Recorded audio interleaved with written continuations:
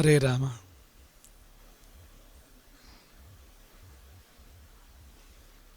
ತಸ್ಯೈ ದಿಶೆ ಸತತಮಂಜಲಿರೇಷ ನಿತ್ಯಂ ಪ್ರಕ್ಷಿಪ್ಯತೆ ಮುಖರಿತಾಲಯುತಪ್ರಸೂನೈಃ ಜಾಗರ್ತಿ ಯತ್ರ ಭಗವಾನ್ ಗುರುಚಕ್ರವರ್ತಿ ಸೃಷ್ಟಿಸ್ಥಿತಿಪ್ರಲಯ ನಾಟಕ ನಿತ್ಯಸಾಕ್ಷಿ.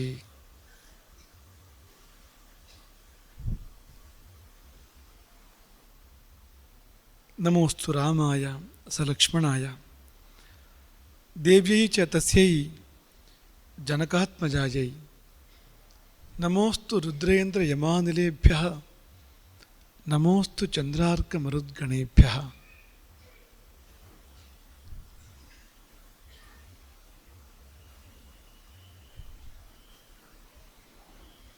ದೂರೀಕೃತ ಸೀತಾರ್ತಿ ಪ್ರಕಟೀಕೃತ ರಾಮವೈಭವಸ್ಫೂರ್ತಿ ತಾರಿತ ದಶಮುಖ ಕೀರ್ತಿ ಪುರತೋ ಮಮ ಭಾತು ಹನುಮತೋ ಮೂರ್ತಿ.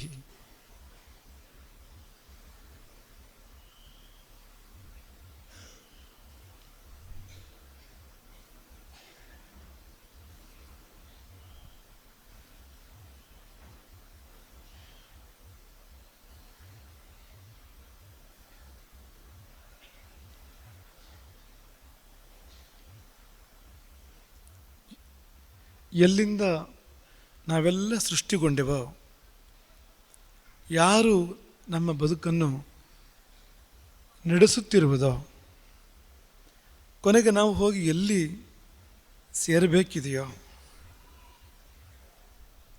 ಯಾರ ಕೃಪೆಯೇ ನಮ್ಮ ನಗುವಿನ ಮೂಲ ಕಾರಣವೋ ಅಂತಹ ಪರಾತ್ಪರ ತತ್ವಕ್ಕೆ, ಪರಮಾತ್ಮನಿಗೆ, ಪರಂಜ್ಯೋತಿಗೆ ಪ್ರಣಾಮಗಳನ್ನು ಸಲ್ಲಿಸಿ ಪೂರ್ಣ ಕಾರುಣ್ಯವನ್ನು ಇಡೀ ಸಮಾಜಕ್ಕೆ, ಶಿಷ್ಯಸ್ತೋಮಕ್ಕೆ ಸಂಪ್ರಾರ್ಥಿಸ್ತಾ ಈ ಮಣ್ಣಿನಲ್ಲಿ ನೆಲೆಸಿದ ಎಲ್ಲ ದೇವತಾ ಶಕ್ತಿಗಳನ್ನು ಭಾವಿಸಿ, ಪ್ರತ್ಯಕ್ಷ ಅಪ್ರತ್ಯಕ್ಷ ಅದೆಷ್ಟೋ ದೇವತೆಗಳು ಈ ಮಣ್ಣು ಗಾಳಿ ಈ ಪರಿಸರದಲ್ಲಿ ನೆಲೆಸಿ ನಮ್ಮನ್ನು ಪೊರೆಯುತ್ತಾ ಇದ್ದಾವೆ. ಅವರೆಲ್ಲ ನಮ್ಮ ಜೊತೆಗಿರಲಿ, ಅವರೆಲ್ಲ ನಮ್ಮನ್ನು ಕಾಯಲಿ, ನಮ್ಮ ಬದುಕನ್ನು ಮುನ್ನಡೆಸಲಿ ಎಂಬುದಾಗಿ ಮನಸಾರೆ ಪ್ರಾರ್ಥನೆ ಮಾಡಿ ನಿಮ್ಮೆಲ್ಲರ ಯೋಗಕ್ಷೇಮಗಳನ್ನು ಹಾರೈಸಿ ಮಾಣಿಮಠದ ವಾರ್ಷಿಕೋತ್ಸವದ ಅಂಗವಾಗಿ ಆಶೀರ್ವಚನದ ಕೆಲವು ನುಡಿಗಳನ್ನು ಆಡಬಯಸ್ತೇವೆ. ಪ್ರವಾಹಗಳೆರಡು ಎಲ್ಲಿ ಸೇರ್ತವೆಯೋ ಅದು ಪುಣ್ಯಕ್ಷೇತ್ರ. ಅದಕ್ಕೆ ಸಂಗಮ ಎಂಬುದಾಗಿ ಹೆಸರು. ಗಂಗೆ, ಯಮುನೆ, ಸರಸ್ವತಿ ಒಟ್ಟಿಗೆ ಸೇರುವ ಪುಣ್ಯಭೂಮಿ ಪ್ರಯಾಗ. ಆ ಭೂಮಿಗೆ ಪುಣ್ಯತ್ವ ಎಲ್ಲಿಂದ ಬಂತು ಎಂಬುದಾಗಿ ಪ್ರಶ್ನೆ ಮಾಡುವುದಾದರೆ, ಆ ಪ್ರವಾಹಗಳು ಬಂದು ಸೇರಿದವಲ್ಲ ಅದರಿಂದಾಗಿ, ಆ ಸಂಗಮಿಸುವಿಕೆ ಇದೆಯಲ್ಲ ಅದರಿಂದಾಗಿ. ನೇತ್ರಾವತಿ, ಕುಮಾರಧಾರ ಒಟ್ಟಿಗೆ ಸೇರಿದರೆ ಸಂಗಮ, ಪುಣ್ಯಕ್ಷೇತ್ರ ಅಂತ. ಯಾವ ಎರಡು ಪ್ರವಾಹವಾದರೂ ಕೂಡ ಆ ಪ್ರವಾಹಗಳು ಒಂದಾಗಬೇಕು ಅಂತ, ಅದ್ವೈತ, ಅವು ಒಂದುಗೂಡಬೇಕು ಅಂತ. ಅಲ್ಲೇನೋ ಮಹತ್ವ ಇದೆ ಅಂತ ಅರ್ಥ, ಅಲ್ಲೇನೋ ವಿಶೇಷ ಇದೆ ಅಂತ ಅರ್ಥ. ಆ ಮಣ್ಣು ನಮ್ಮ ಉದ್ಧಾರಕ್ಕೆ ಕಾರಣ ಆಗ್ತದೆ ಅಂತ ಅರ್ಥ. ಇದು ಭೌತಿಕವಾದ ನದಿಗಳ ವಿಷಯ ಆಯಿತು. ಅಭೌತಿಕವಾದಕ್ಕೆ ನಾವು ಹೋಗೋದಾದರೆ ಎರಡು ಪ್ರವಾಹಗಳು.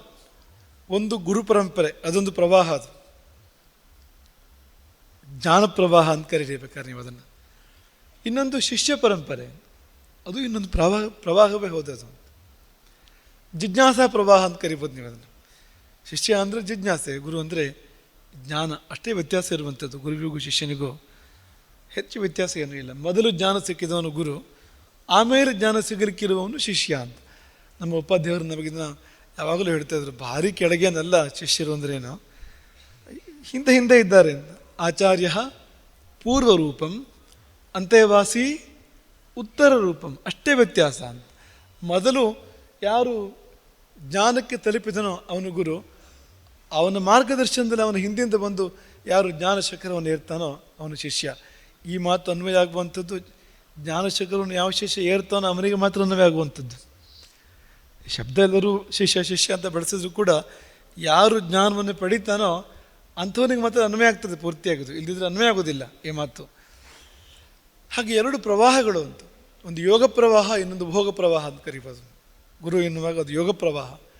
ಶಿಷ್ಯರು ಭೋಗ ಜೀವನದಲ್ಲಿ ಇರ್ತಾರೆ, ಗೃಹಸ್ಥ ಜೀವನದಲ್ಲಿ ಇರ್ತಾರೆ, ಸಂಸಾರದಲ್ಲಿ ಇರ್ತಾರೆ, ಅದು ಭೋಗ ಪ್ರವಾಹ.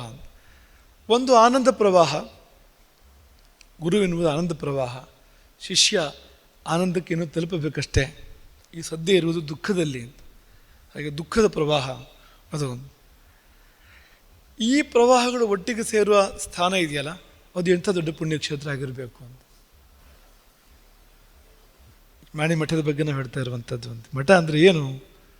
ದೇವಸ್ಥಾನಕ್ಕೂ ಮಠಕ್ಕೂ ಏನಪ್ಪ ವ್ಯತ್ಯಾಸ ಅಂದರೆ, ದೇವಸ್ಥಾನದಲ್ಲಿ ದೇವರಿರ್ತಾರೆ, ನಾವು ಹೋಗಿ ಕೈ ಮುಗಿದು ಬರ್ತೇವೆ. ಆದರೆ ಇಲ್ಲಿ ಎರಡು ಪ್ರವಾಹಗಳು ಒಂದುಗೂಡ್ತವೆ. ಒಂದು ಗುರು, ಇನ್ನೊಂದು ಶಿಷ್ಯ. ಈ ಹೆಸರಿನ ಎರಡು ನದಿಗಳು ಗಂಗೆ ಯಮುನೆಗಳಿದ್ದಂತೆ ಈ ನದಿಗಳು, ಈ ಗುರು ಶಿಷ್ಯ ಪರಂಪರೆಗಳು ಒಂದಾಗ್ತವೆ ಇಲ್ಲಿ. ಹಾಗಾಗಿ ತುಂಬ ಈ ಕ್ಷೇತ್ರ ಇದೆಯಲ್ಲ, ಇದು ಪುಣ್ಯಕ್ಷೇತ್ರ ಎಂಬುದಾಗಿ ಕರೆಸಿಕೊಳ್ಳಲ್ಪಡುತ್ತದೆ. ವಾರ್ಷಿಕೋತ್ಸವ ಯಾಕೆ ವಿಶೇಷ ಅಂದರೆ ಮಠವೇ ವಿಶೇಷ, ಅದರಿಂದ ಮಠದ ವಾರ್ಷಿಕೋತ್ಸವ ವಿಶೇಷ. ಮಠ ಯಾಕೆ ವಿಶೇಷ ಅಂದರೆ ಇದು ಸಂಗಮ ಸ್ಥಾನ. ಇದು ನೋಡಿ, ಎಲ್ಲಿ ಜೀವದ ನೋವು ನಿವಾರಣೆ ಆಗ್ತದೋ ಅದು ಪುಣ್ಯಕ್ಷೇತ್ರ. ಅದು ದೇವಸ್ಥಾನ ಇರ್ಬೋದು, ಮಠ ಇರ್ಬೋದು. ಜೀವಗಳ ನೋವು ಎಲ್ಲಿ ಪರಿಹಾರ ಆಗ್ತದೋ, ಎಲ್ಲಿ ಜೀವಗಳ ನೋವಿಗೆ ಸಾಂತ್ವನ ಸಿಗ್ತದೋ, ಕೇಳುವವರಿದ್ದಾರೆ ಅಂತ, ಕಷ್ಟವನ್ನು ಕೇಳುವವರಿದ್ದಾರೆ ಎನ್ನುವಂಥ ಒಂದು ಸ್ಥಳ ಇದೆ ಯಾವುದಾದ್ರು ಇದ್ರಕ್ಕೆ. ಯಾಕೆಂದರೆ ನಮ್ಮ ಮನೆಗಳಲ್ಲಿ ಎಷ್ಟು ಬಾರಿ ನಮ್ಮ ಕಷ್ಟವನ್ನು ಕೇಳುವವರು ಇರೋದಿಲ್ಲ. ಹಾಗಾಗಿ ಕಷ್ಟಗಳನ್ನು ಕೇಳಲಿಕ್ಕೆ ಇರುವಂಥ ಒಂದು ಸ್ಥಾನ ಅಂತ, ಅದು ಪುಣ್ಯಕ್ಷೇತ್ರ ಅಲ್ಲದೆ ಬೇರೆ. ಎಲ್ಲಿ ಉದ್ಧಾರಕ್ಕೆ ದಾರಿ ಸಿಗ್ತದೋ ಅಂತ, ಜೀವ ಧರ್ಮದ ಕಡೆ ತಿರುಗಬೇಕು ಅಂಥ ಮಣ್ಣು ಯಾವುದು, ಅಂಥ ಸ್ಥಾನ ಯಾವುದು? ಎಲ್ಲಿ ಬಂದಾಗ ನಮಗೆ ದೇವರ ನೆನಪಾಗ್ತದೆ, ಗುರುಗಳ ನೆನಪಾಗ್ತದೆ, ಎಲ್ಲಿ ಬಂದಾಗ ನಾವು ಧರ್ಮಕರ್ಮಗಳಲ್ಲಿ ಮುಳುಗಿರ್ತೇವೆ, ಸಚ್ಚಿಂತನೆ ಮಾಡ್ತೇವೆ, ಸಮಾಜದ ಬಗ್ಗೆ ಆಲೋಚನೆ ಮಾಡ್ತೇವೆ. ಈ ಸ್ಥಾನ ಒಂದು ವೇಳೆ ಪುಣ್ಯಭೂಮಿ ಅಲ್ಲದಿದ್ದರೆ ಬೇರೆ ಯಾವುದು ಹೇಳಿ? ಮಠಕ್ಕೆ ಯಾಕೆ ಮಹತ್ವ ಅಂದರೆ ಇದೇ ಕಾರಣಕ್ಕೆ ಮಹತ್ವ. ದೇವಸ್ಥಾನದಲ್ಲಿ ಉಂಟು, ಭಕ್ತ ಭಗವಂತ ಒಂದುಗೂಡ್ತಾರೆ ದೇವಸ್ಥಾನದಲ್ಲಿ, ಆದರೆ ಅಲ್ಲಿ ದೇವರಿಗೆ ಮಾತಿಲ್ವಲ್ಲ ಅಂತ. ಹಾಗಾಗಿ ಮಠಕ್ಕೆ ತುಂಬ ಮಹತ್ವ ಬಂತು. ದೇವರ ಅಭಿವ್ಯಕ್ತಿ ಇರುವಂಥದ್ದು ಅಂಥ ಸ್ಥಾನ ಇದು. ಹಾಗಾಗಿ ತುಂಬ ಪುಣ್ಯಮಯವಾಗಿರ್ತಕ್ಕಂಥ ಒಂದು ಸ್ಥಾನ ಅಂತ ನಾವು ಯಾವಾಗಲೂ ನೆನಪು ಮಾಡಿಕೊಡ್ತಾ ಇರ್ತೇವೆ. ಸ್ವಾತಿ ಮಳೆ ಹನಿ ಕಪ್ಪೆ ಚಿಪ್ಪಿನಲ್ಲಿ ಬೀಳ್ಬೇಕಂತೆ ಅಂತ, ಆಗ ಅದು ಮುತ್ತಾಗ್ತದೆ ಅಂತ. ಅದು ಮಾತ್ರ ಸುಲಭ ಇಲ್ಲ ಅಂತ. ಯಾಕೆಂದರೆ ವರ್ಷ ಇಡೀ ಮಳೆ ಬರ್ಬೋದು, ಆದರೆ ಬೇರೆ ಮಳೆ ಬಂದರೆ ಪ್ರಯೋಜನ ಏನೂ ಇಲ್ಲ, ಸ್ವಾತಿ ಮಳೆಯೇ ಆಗಬೇಕು ಅಂತ. ಬೇರೆ ಮಳೆ ಬಂದರೆ ಸ್ವಾತಿಯಲ್ಲಿ ಮಳೆ ಬರೋದು ಕಡಿಮೆ. ವಿಶಾಖ ಅಂತ ಮೇಘಾಹ ಅಂತ ಹಳೆ ನಿಯಮ. ವಿಶಾಖ ನಕ್ಷತ್ರಕ್ಕೆ ಮಳೆಗಾಲ ಮುಕ್ತಾಯ ಅಂತ. ಈಗ ಬಹಳ ಮೊದಲೇ ಮುಕ್ತಾಯ ಆಗ್ತದೆ ಮಳೆಗಾಲ. ವಿಶಾಖ ನಕ್ಷತ್ರದವರೆಗೆ ಮಳೆಗಾಲ ಇರೋದಿಲ್ಲ, ತುಂಬ ಮೊದಲೇ ಮಳೆ ನಿಂತು ಹೋಗ್ತದೆ ಅಂತ. ಸ್ವಾತಿಯಲ್ಲಿ ಮಳೆ ಬೀಳುವುದೇ ಕಡಿಮೆ.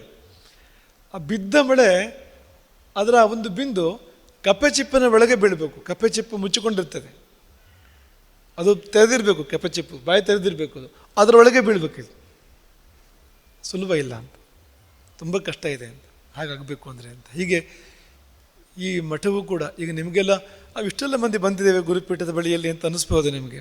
ಆದರೆ ಎಷ್ಟೋ ಮಂದಿ ಬರಬೇಕಾದವರು ಇದ್ದಾರೆ, ಅವರಿಗೆ ಬರಲಿಕ್ಕೆ ಆಗಲಿಲ್ಲ ಅಂತ. ಆಗಲಿಲ್ಲ ಅಂದರೆ ಅದಕ್ಕೆ ಹಲವು ಕಾರಣಗಳು.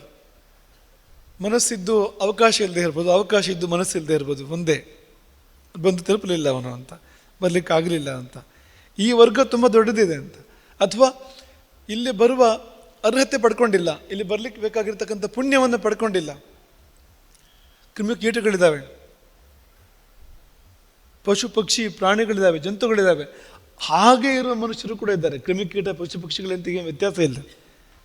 ನೀವು ವಿದೇಶಗಳಿಗೆ ಹೋದರೆ ಅವರು ಉಂಡು ತಿಂದು ಎಲ್ಲ ಚೆನ್ನಾಗಿ ಮಾಡ್ತಾರೆ, ಇಲ್ಲ ಅಂತಲ್ಲ, ಚೆನ್ನಾಗಿಂದರೆ ಖುಷಿಯಾಗುವಂತೆ ಅಂತಷ್ಟೇ ಅಂತ.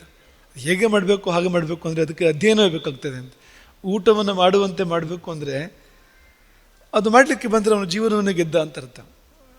ಹಾಗೆ ಬರುವವರು ತುಂಬ ಕಡಿಮೆ ಮಂದಿ ಇದ್ದಾರೆ ಊಟ ಮಾಡಲಿಕ್ಕೆ ಬರುವವರು. ಭೋಜನ ಕುತೂಹಲ ಮತ್ತೊಂದು ಗ್ರಂಥ ಇದೆ, ಇನ್ನೊಂದು ಕ್ಷೇಮ ಕುತೂಹಲ ಮತ್ತೊಂದು ಗ್ರಂಥ ಇದೆ. ಈ ಗ್ರಂಥಗಳು ಊಟ ಹೇಗೆ ಮಾಡಬೇಕು, ಯಾವಾಗ ಮಾಡಬೇಕು, ಎಷ್ಟು ಮಾಡಬೇಕು, ಏನನ್ನು ಮಾಡಬೇಕು, ಯಾವ ಸಮಯದಲ್ಲಿ ಯಾವುದನ್ನು ಮಾಡಬೇಕು, ಯಾವುದನ್ನು ಮಾಡಬಾರ್ದು, ಯಾವುದರೊಟ್ಟಿಗೆ ಯಾವುದನ್ನು ಸೇರಿಸಬೇಕು ಇದನ್ನು ನಿರೂಪಣೆ ಮಾಡ್ತಕ್ಕಂಥ ಗ್ರಂಥಗಳು. ಅದನ್ನು ನೋಡಿದರೆ ನೀವು ಊಟವೇ ಮಾಡೋದಿಲ್ಲ ನಾಳೆಯಿಂದ ಅಂತ, ಅದನ್ನು ಓದಿದರೆ ಅಂತಂದರೆ ಅಷ್ಟು ವಿಷಯ ಇದೆ ಅಂತ, ಆಲೋಚನೆ ಆಗಿಬಿಡ್ಬೋದು ನಿಮಗೆ ಅಂತ, ಊಟದ ಬದಲು ಅಂತ, ಅಷ್ಟು ವಿಷಯ ಇದೆ ಅಂತ. ಯಾಕಿದ್ರೆ ನೆನಪು ಮಾಡಿಕೊಂಡು ಅಂದರೆ ಈ ಮನುಷ್ಯ ವರ್ಗದಲ್ಲಿ ತುಂಬ ದೊಡ್ಡ ಭಾಗ ಕ್ರಿಮಿಕೀಟಗಳಂತೆ ಬದುಕುವವರು, ಪಶು ಪಕ್ಷಿಗಳಂತೆ ಬದುಕುವವರು, ಏನು ವ್ಯತ್ಯಾಸ ಇಲ್ಲ. ಅದೇ ವಾಸಿ, ಪಶು ಪಕ್ಷಿಗಳೇ ವಾಸಿ, ಪ್ರಕೃತಿ ಹೇಳಿದಂತೆ ಬದುಕ್ತವೆ ಅವು. ಇದು ಹಾಗಲ್ಲ, ವಿಕೃತಿ ಇದು ಅಂತ, ಅಂಥದ್ದೇ ತುಂಬ ಉಂಟು ಅಂತ. ಹಾಗಾಗಿ ಯಾರೋ ಕೆಲವರಿಗೆ ಇದೊಂದು ವ್ಯವಸ್ಥೆ ಲಭ್ಯ ಆಗುವಂಥದ್ದು, ಯಾರೋ ಕೆಲವರಿಗೆ ಇದೊಂದು ಯೋಗ ಲಭ್ಯ ಆಗುವಂಥದ್ದು, ಅವಕಾಶ ಲಭ್ಯ ಆಗುವಂಥದ್ದು, ಹಾಗೆ ಬಂದು ಸೇರುವಂಥದ್ದು ಈ ಸ್ವಾತಿ ಮಳೆಹನಿ ಕಪ್ಪೆ ಚಿಪ್ಪಿನಲ್ಲಿ ಬಿದ್ದ ಹಾಗೆಯೇ ಅಂತ. ಈ ಬಂದವರೆಲ್ಲ ಬಂದೇ ಬಿಟ್ಟಿದ್ದಾರೆ ಅಂತಲೂ ಅರ್ಥ ಅಲ್ಲ ಅಂತ. ಬಂದು ಕೂತಿರ್ಬೋದು, ಇಲ್ಲಿ ಮನಸ್ಸು ಬೇರೆ ಎಲ್ಲೇ ಇರ್ಬೋದು. ಸಮರ್ಪಣೆ ಎಷ್ಟಿದೆ ಅನ್ನೋ ಪ್ರಶ್ನೆ ಇದ್ದೇ ಇದೆ ಅಲ್ಲಿ ಅಂತ. ಎಷ್ಟರ ಮಟ್ಟಿಗೆ ನಾನು ಬಂದೆ, ಪೂರ್ತಿ ಬಂದಿದ್ದು ಹೌದಾ ಅಂತ. ಶರೀರ ಬಂದಿದೆ, ಮನಸ್ಸು ಒಂದು ಮಟ್ಟಿಗೆ ಒಂದು ಪ್ರಮಾಣದಲ್ಲಿ ಬಂದಿರ್ಬೋದು, ಪೂರ್ತಿ ಬಂದಿದ್ದು ಹೌದಾ ಅಂದರೆ ನಮ್ಮನ್ನು ನಾವೇ ಕೇಳಿಕೊಳ್ಬೇಕಾದ ಪ್ರಶ್ನೆ ಅದು ಅಂತ. ಎಷ್ಟು ನಾವು ಬಂದೆವು ಅಂತ, ಎಷ್ಟು ಪರಿಪೂರ್ಣತೆ ಇದೆ ಅಂತ ಅದರಲ್ಲಿ ಅಂತ. ಅದಾಗುವಾಗ ಅದು ಸ್ವಾತಿ ಮುತ್ತಿನ ಮಳೆಹನಿ ಮತ್ತು ಕಪ್ಪೆ ಚಿಪ್ಪನ ಕಥೆ, ಅವನು ಮುತ್ತಾಗ್ತಾನೆ. ಅವನು ಮುತ್ತು ಅನ್ನೋ ಶಬ್ದಕ್ಕೆ ಮೂಲ ಸಂಸ್ಕೃತ ಮುಕ್ತ, ಸಂಸ್ಕೃತದ ಶಬ್ದ ಅದು, ಕನ್ನಡದಲ್ಲಿ ಮುತ್ತು ಅಂತಾಗಿರುವಂಥದ್ದು. ಮುಕ್ತ ಅನ್ನೋ ಶಬ್ದಕ್ಕೆ ಬಿಡುಗಡೆ ಹೊಂದಿದವನು ಅಂತ ಅರ್ಥ. ಅದಕ್ಕೆ ಮುತ್ತಿಗೂ ಆ ಗುಣ ಇದೆ ಅಂತ ಬಲ್ಲವರು ಹೇಳ್ತಾರೆ. ಯಾರಿಗಾರು ಮೋಕ್ಷದ ಅಪೇಕ್ಷೆ ಇದ್ದರೆ, ಮೋಕ್ಷ ಸಾಧನೆ ಮಾಡುವುದಾದರೆ ಈ ಮುತ್ತು ತುಂಬ ಸಹಾಯ ಮಾಡ್ತದೆ ಅಂತ. ಧಾರಣೆ ಮಾಡಿದವನಿಗೆ ಆ ಮೋಕ್ಷ ಸಾಧನೆಗೆ ತುಂಬ ಸಹಾಯ ಮಾಡ್ತದೆ ಅಂತ. ಹಾಕಿದವರು ಬಿಟ್ಬಿಡಬೇಡಿ ಇವತ್ತಿನಿಂದ, ಇದು ಮೋಕ್ಷಕ್ಕೆ ಹೋಗಿ ಕರ್ಕೊಂಡು ಹೋಗ್ತದೆ ಅಂತ, ಸದ್ಯ ಬೇಡ ನನಗದು ಅಂತೇಳಿ. ಹಾಗೆ ಅಲ್ಲದು. ಅಂದರೆ ಮೋಕ್ಷ ಅಂದರೆ ಆದರೂ ಏನು? ದುಃಖಗಳಿಂದ ಬಿಡುಗಡೆ. ಸರ್ವ ದುಃಖ ವಿಮೋಕ್ಷವೇ ಮೋಕ್ಷ ಪೂರ್ಣ ಅರ್ಥದಲ್ಲಿ. ಆಂಶಿಕವಾಗಿ ತಗೊಂಡ್ರೆ ಎಷ್ಟೋ ಒಂದಷ್ಟು ದುಃಖಗಳಿಂದ ಬಿಡುಗಡೆ, ಯಾವುದೋ ಕೆಲವು ನೋವುಗಳಿಂದ ಬಿಡುಗಡೆ, ಅದು ಕೂಡ ಮೋಕ್ಷವೇ. ಮೋಕ್ಷದ ಒಂದು ಸಣ್ಣ ಭಾಗ ಅದು ಅಂತ, ಸಣ್ಣ ಭಾಗ ಅದು ಅಂತ. ಹಾಗಾಗಿ ಅಂಥದ್ದು ಈ ಮಠ ನಮ್ಮ ಪೂರ್ವಿಕರು ಕೊಟ್ಟಿರ್ತಕ್ಕಂಥ ವ್ಯವಸ್ಥೆ ಅಂತ. ನಾವು ಜ್ಞಾನದ ದಾರಿ ಹಿಡಿಯೋದಾದರೆ ಅದಕ್ಕೊಂದು ಸ್ಥಾನ ಬೇಕು. ನಾವು ಧರ್ಮದ ಮಾರ್ಗವನ್ನು ಅನುಸರಿಸೋದಾದರೆ ಅದಕ್ಕೊಂದು ಸೂತ್ರ ಬೇಕು. ನಮಗೆ ಯಾವುದು ಸರಿ ಯಾವುದು ತಪ್ಪು ಅಂತ ತಿಳಿಬೇಕು ಅಂದರೆ ಅದಕ್ಕೊಂದು ವ್ಯವಸ್ಥೆ ಬೇಕು. ನಮ್ಮ ಕಷ್ಟಗಳಿಂದ ನೋವುಗಳನ್ನು ತೋಡ್ಕೊಳ್ಬೇಕು ಅಂದರೆ ಅದಕ್ಕೊಂದು ಅದನ್ನು ಕೇಳುವಂಥ ಕಿವಿಗಳು, ಹೃದಯ ಬೇಕು. ದಾರಿ ಹೇಳುವವರು, ದಾರಿ ತೋರಿಸುವಂಥವರು ಬೇಕು. ಇಂಥ 10 ಹಲವು ಶುಭ ಚಿಂತನೆಗಳನ್ನು ಇಟ್ಟುಕೊಂಡು ಈ ಮಠವನ್ನು ನಮ್ಮ ಪೂರ್ವಿಕರು ನಿರ್ಮಾಣ ಮಾಡಿದರು. ಇಂದು ಅದು ತುಂಬ ಸಾರ್ಥಕವಾಗಿ ಸದ್ವಿನಿಯೋಗ ಆಗ್ತಾ ಇದೆ. ಈ ಕಾಲಘಟ್ಟ, ಈ ಸನ್ನಿವೇಶ ಎಷ್ಟೋ ನಾವು ದೂರ ಬಂದುಬಿಟ್ಟಿದ್ದೇವೆ. ಮಠದ ಪರಿಕಲ್ಪನೆ ಎಂದು ಬಂತೋ ಅಲ್ಲಿಂದ ಇಲ್ಲಿಗೆ ಸಾಕಷ್ಟು ಸಮಯ ಕಳೆದು ಹೋಗಿದೆ. ತುಂಬ ಬದಲಾಗಿದೆ ಪ್ರಪಂಚ, ದೇಶ, ಸಮಾಜ ಬಹಳ ಬದಲಾಗಿದೆ. ಆದರೆ ಈ ವಿಷಯದಲ್ಲಿ ಸಮಾಜ ಈಗಲೂ ಕೂಡ ಅದೇ ಆಸ್ಥೆ, ಶ್ರದ್ಧೆ, ಪ್ರೀತಿಯನ್ನು ಇಟ್ಕೊಂಡಿದೆ. ಸ್ವಲ್ಪ ಹೆಚ್ಚು ಪ್ರೀತಿಯನ್ನು ಇಟ್ಕೊಂಡಿದೆ. ಹಾಗೆ ನೋಡಿದರೆ ಒಂದು ತಲೆಮಾರಿನ ಹಿಂದೆ ಹೋದರೆ ಇಷ್ಟು ಇತ್ತೋ ಇರಲಿಲ್ವ ಅಂತ, ಈಗ ಇನ್ನೂ ಒಂಚೂರು ಜಾಸ್ತಿ ಅಂತ ಜನರಿಗೆ ಬೇಕು ಅಂತಾಗಿದೆ ಅಂತ. ಮಠ ಬೇಕು, ಧರ್ಮ ಬೇಕು, ಗುರು ಬೇಕು ಅಂತಾಗಿದೆ ಎನ್ನುವಂಥದ್ದು ತುಂಬ ಸಂತೋಷದ ವಿಷಯ. ಆದರೆ ಎಷ್ಟು ಮಠ ನಮ್ಮೊಳಗೆ ಬರ್ತದೆ ಅಂತ. ನೀವು ಹೋಗುವಾಗ ಮಠವನ್ನು ತೆಕ್ಕೊಂಡು ಹೋಗಬೇಕು ಅಂತ ನಾವು ಹೇಳೋದು. ಮಠವನ್ನು ಅಂದರೆ ಹೇಗಪ್ಪ ಇಷ್ಟು ದೊಡ್ಡ ಮಠವನ್ನು ತೆಕ್ಕೊಂಡು ಹೋಗೋದು ಅದೆಲ್ಲ. ಆ ಮಠದ ಸತ್ವ ಇದೆಯಲ್ಲ, ಪ್ರೇರಣೆ ಇದೆಯಲ್ಲ, ಅದನ್ನು ತೆಕ್ಕೊಂಡು ಹೋಗಬೇಕು. ನಮ್ಮ ಜೀವನದಲ್ಲಿ ಮಠ ಬರಬೇಕು. ನಾವು ಏಳುವಾಗ, ಮಲಗುವಾಗ, ಊಟ ಮಾಡುವಾಗ, ತಪ್ಪು ಸರಿಗಳ ನಿರ್ಣಯ ಮಾಡುವಾಗ ಹಾಗೆಲ್ಲ ಮಠ ನಮ್ಮೊಟ್ಟಿಗಿದ್ದರೆ ನಾವು ತಪ್ಪು ಮಾಡಲಿಕ್ಕೆ ಇಲ್ಲ ಅಂತ, ನಮ್ಮ ಕೈಯಿಂದ ಅಧರ್ಮ ಆಗಲಿಕ್ಕೆ ಇಲ್ಲ ಅಂತ. ನಮ್ಮ ಬದುಕಿನ ಆಳ್ವಿಕೆಯನ್ನು ನಾವು ಆ ಮಠದ ಹಿಂದಿರ್ತಕ್ಕಂಥ ಆ ಮಹಾಶಕ್ತಿಗೆ ಕೊಡಬೇಕು ಅಂತ. ನಮ್ಮನ್ನು ಆಳು ನೀನು ಎಂಬುದಾಗಿ ಅಲ್ಲಿಗೆ ಕೊಟ್ಟು ತಪ್ಪೇ ಆಗಬಾರ್ದು ನನ್ನಿಂದ, ಇಷ್ಟೇ ಅಪೇಕ್ಷೆ. ಒಂದೂ ತಪ್ಪು ನಡೀಬಾರ್ದು, ನೀನೇ ಆಡು ಈ ಮನಸ್ಸನ್ನು, ಈ ಮಾತನ್ನು, ಈ ಮೈಯನ್ನು ಎಂಬುದಾಗಿ ನಾವು ಭಾವಿಸೋದಾದರೆ ಅದೆಷ್ಟು ಶ್ರೇಷ್ಠ, ಎಷ್ಟು ಪವಿತ್ರ ಎಂಬುದಾಗಿ ನಾವು ನಮ್ಮ ಮನಸ್ಸಿಗೆ ಬರುವಂಥದ್ದು. ತುಂಬ ಸಂಭ್ರಮದಲ್ಲಿ ಈ ವಾರ್ಷಿಕೋತ್ಸವ ಕಾರ್ಯಕ್ರಮ ನಡೀತಾ ಇದೆ. ಹಾರಕರೆ ನಾರಾಯಣ ಭಟ್ರು ನಿರೂಪಣೆಯನ್ನು, ವರದಿಯ ನಿರೂಪಣೆಯನ್ನು ಈಗಾಗಲೇ ಮಾಡಿಯಾಗಿದೆ. 2-3 ಸಂಗತಿಗಳು ನಮ್ಮ ಗಮನ ತುಂಬ ಸೆಳೆದವು. ಒಂದು, ನವೀಕರಣ, ಒಂದು ಇರುವ ಒಂದು ಭವನದ ನವೀಕರಣ, ಗುರುಕುಲ ಭವನ ಒಂದು ಏನಿತ್ತು ಅದನ್ನು ನವೀಕರಣ ಮಾಡಿರುವಂಥದ್ದು. ಯಾವುದಾದ್ರೂ ಕೂಡ ಉಪಯೋಗ ಆಗಬೇಕು, ಉಪಯೋಗ ಆಗದಿದ್ದರೆ ಅದು ಉಳಿಯೋದಿಲ್ಲ. ಕೆಲವು ಬಾರಿ ಉಪಯೋಗ ಆಗದಿರುವಂಥದ್ದು ರೋಗವಾಗಿ ಪರಿಣಮಿಸ್ತದೆ. ಯಾವುದಾದ್ರೂ ಒಂದನ್ನು ಉಪಯೋಗ ಯಾವತ್ತೂ ಮಾಡದೇ ಇದ್ದರೆ ಅದೇ ಸಮಸ್ಯೆಯಾಗಿ ರೋಗವಾಗಿ ಪರಿಣಮಿಸ್ತಾ ಉಂಟು. ನಮ್ಮ ಶರೀರವನ್ನೇ ನೋಡ್ಕೊಳ್ಬೇಕು ನಾವು. ನೀವು ಒಂದು ಕೈಯನ್ನು ಉಪಯೋಗಿಸ್ತಾನೆ ಇದ್ದರೆ ಕೆಲವು ಕಾಲ ಅದೇನಾಗ್ತದೆ ಆಮೇಲೆ ಅದು. ಹಾಗಾಗಿ ಉಪಯೋಗ ಆಗಬೇಕು, ಆ ಹಿನ್ನೆಲೆ ಇದೆ ಅದಕ್ಕೆ, ಆ ನವೀಕರಣಕ್ಕೆ. ಮತ್ತು ಒಂದು ಸಂಗತಿ ತುಂಬ ತುಂಬ ಖುಷಿ ಆಯಿತು ನಮಗೆ, ಯಾರನ್ನೂ ಏನನ್ನೂ ಕೇಳದೆ ಈ ಕಟ್ಟಡ ಆಯಿತು ಅಂತ ಭಾರಿ ಸಂತೋಷ ಆಯಿತು ನಮಗೆ. ಮಠವೇ ಹೀಗಾಗಬೇಕು ಅಂತ ನಾವು ಹೇಳೋದು, ಇಡೀ ಮಠವೇ ಹೀಗಾಗಬೇಕು. ಯಾರನ್ನೂ ಏನನ್ನೂ ಕೇಳದೆ ಅದರಷ್ಟಕ್ಕೆ ಅದು ನಡ್ಕೊಂಡು ಹೋಗಬೇಕು ಎಲ್ಲವೂ ಕೂಡ, ಯಾರನ್ನೂ ಏನನ್ನು ಕೇಳದೆ ಅಂತ. ನಮಗೇನು ಖುಷಿ ಇಲ್ಲ,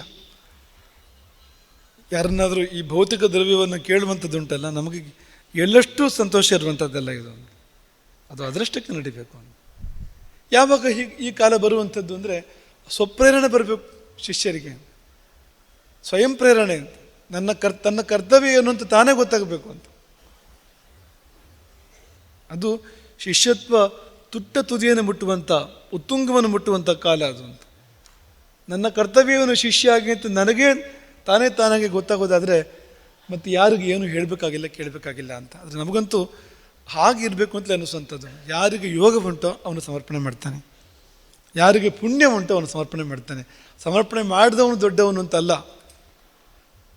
ಸ್ವೀಕಾರ ಮಾಡಿದ ಸ್ಥಾನ ದೊಡ್ಡದು. ಯಾವಾಗಲೂ ಸಮರ್ಪಣೆ ಮಾಡುವ ಅವಕಾಶ ಸಿಕ್ಕಿತಲ್ಲ ಅಂತ ಮಾಡುವವನು, ಅವನು ಯೋಗ ಅಂತ, ಅವನ ಅದೃಷ್ಟ ಅಂತ, ಅವನ ಸಂಪತ್ತು ಒಂದು ಪುಣ್ಯ ಸ್ಥಾನವನ್ನು ಸೇರ್ತಾ ಇದೆ ಅಂತ, ಒಳ್ಳೆ ಸ್ಥಾನವನ್ನು ಸೇರ್ತಾ ಇದೆ ಅಂತ. ಹಾಗಾಗಿ ಹಾಗೆ ಆಗಬೇಕು ಇಡೀ ಮಠದಲ್ಲಿ ಎಂಬುದಾಗಿ ನಾವು ಆಶಿಸ್ತೇವೆ. ಒಂದು ಶ್ರೀಕಾರವನ್ನು ಬಾಣೆಮಠ ಹಾಕಿದೆ ಈ ಒಂದು ದಿಕ್ಕಿಗೆ, ತುಂಬ ಸಂತೋಷ. ಹಾಗೆ ಇನ್ನೊಂದು ಸಂತೋಷ ಏನಂದರೆ ಸದ್ವಿನಿಯೋಗ ಅಂತ. ಬಾಣೆಮಠದ ಸಮಿತಿ 1 ಕೋಟಿ ರೂಪಾಯಿಗಿಂತ ಮಿಕ್ಕ ಉಳಿತಾಯ ಮಾಡಿದೆ. ತುಂಬ ಸಂತೋಷ, ನಮಗೂ ಸಂತೋಷ, ನಿಮಗೆ ಜಾಸ್ತಿ ಸಂತೋಷ ಆಗ್ತದೆ. ಗೃಹಸ್ಥರಿಗೆ ಇದೆಲ್ಲ ಕಿವಿಗೆ ತುಂಬ ಹಿತ ಅಂತ, ಇಷ್ಟು ಉಳಿತು ಅಷ್ಟು ಉಳಿತು, ಆದರೆ ತುಂಬ ನೀವು ಖುಷಿ ಪಡುವಂಥವ್ರು. ಸನ್ಯಾಸಿಗಳು ಕಳೆದು ಸಂತೋಷ ಪಡುವಂಥವ್ರು, ಎಲ್ಲ ಕಳ್ಕೊಂಡು ಇಲ್ಲಿಗೆ ಬರೋದಲ್ವಾ ಅಂತ. ಈ ತ್ಯಾಗ ಮಾಡಿದ್ರೆ ಇಲ್ಲಿಗೆ ಬರಲಿಕ್ಕೆ ಆಗೋದಿಲ್ಲ. ತ್ಯಾಗೇನ ಏಕೆ ಅಮೃತತ್ವ ಮಾನುಷಿಗೆ, 2 ಲೆಕ್ಕ ಬೇರೆ ಇದು ಕಳೆಯೋ ಲೆಕ್ಕ, ಅದು ಕೊಡುವ ಲೆಕ್ಕ ಅಂತ. ಹಾಗಾಗಿ ಈ ಉಳಿತಾಯ ತುಂಬ ಸಂತೋಷ ಕೊಡುವಂಥದ್ದು. ಆದರೆ ಅದಕ್ಕಿಂತ ಹೆಚ್ಚು ಸಂತೋಷ ಕೊಡುವಂಥದ್ದು ಈ ಉಳಿತಾಯ ಸದ್ವಿನಿಯೋಗ ಆಯಿತು ಎನ್ನುವಂಥದ್ದು.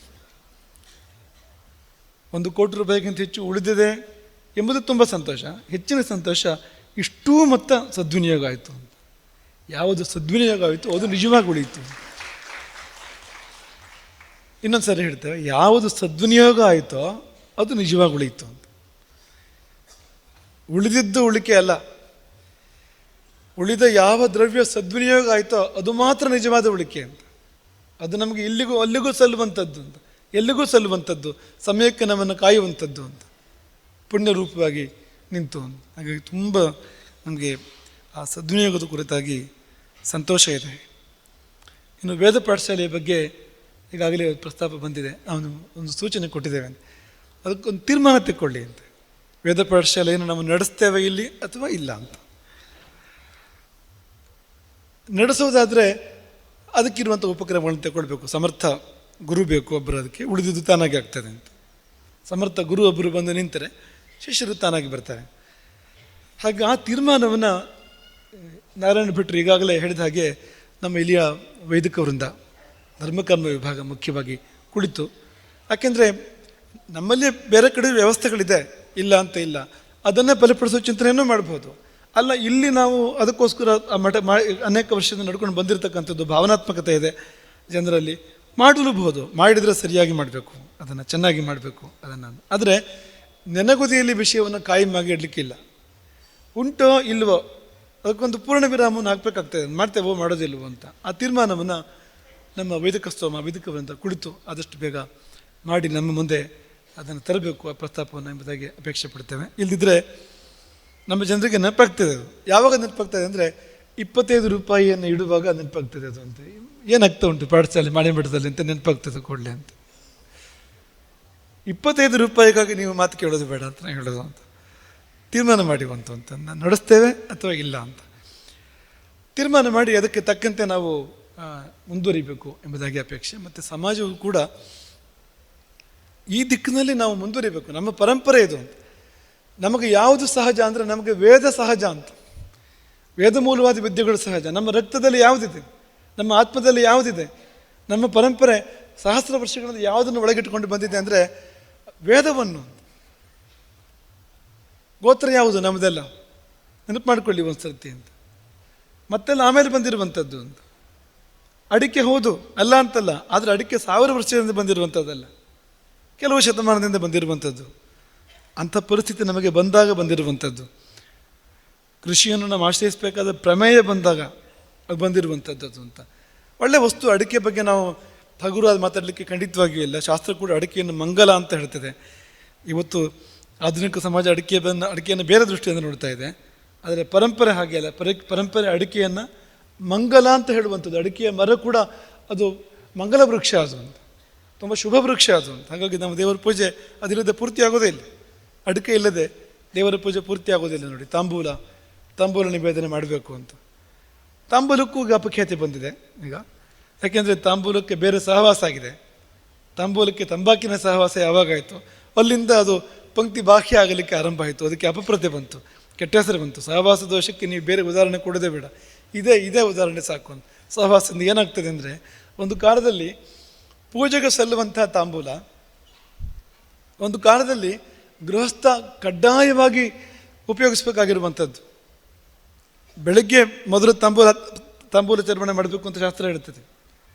ಗೃಹಸ್ಥರಿಗೆ ಹೇಳುವಂಥದ್ದು.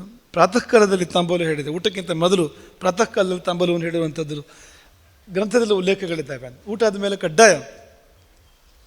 ಆದರೆ ಹೇಳಲಿಕ್ಕೆ ನಮಗೆ ಧೈರ್ಯ ಇಲ್ಲ ಹೊತ್ತು ಅದು ಮಾಡಿ ಅಂತ. ಅದರೊಟ್ಟಿಗೆ ನೀವು ಇನ್ನೇನಾದರೂ ಸೇರಿಸಿಕೊಂಡು ಶುರು ಮಾಡಿದರೆ ಅದನ್ನು ತಾಂಬೂಲವನ್ನು ಮತ್ತೆ ನಮ್ಮ ಹತ್ರವೇ ಬರ್ತೀರಿ ಅಂತೆ. ಇಂಥದ್ದೊಂದು ಬಂದಿದೆ ಗುರುಗಳು, ಏನು ಮಾಡೋದು ಮುಂದೆ ಅಂತ, ಪರಿಹಾರ ಬೇಕಿತ್ತು ಅಂತ ಇಲ್ಲೇ ಬರ್ತೀರಿ ಆಮೇಲೆ ಅಂಥ ಪರಿಸ್ಥಿತಿ ಬಂದಿದೆ ನೋಡಿ ಅಂತ. ಹಾಗಾಗಿ ಮಂಗಲ ದ್ರವ್ಯ ಅದು ಅಡಿಕೆ ಅಂತ, ಅದ್ರ ಬಗ್ಗೆ ಎರಡನೇ ಮಾತಿಲ್ಲ. ಆದರೆ ನಮ್ಮ ಮೂಲ ಯಾವುದು ಅಂದರೆ ವೇದಗಳು, ಶಾಸ್ತ್ರಗಳು. ನಾವು ಅದನ್ನು ಅಧ್ಯಯನ ಮಾಡಬೇಕು.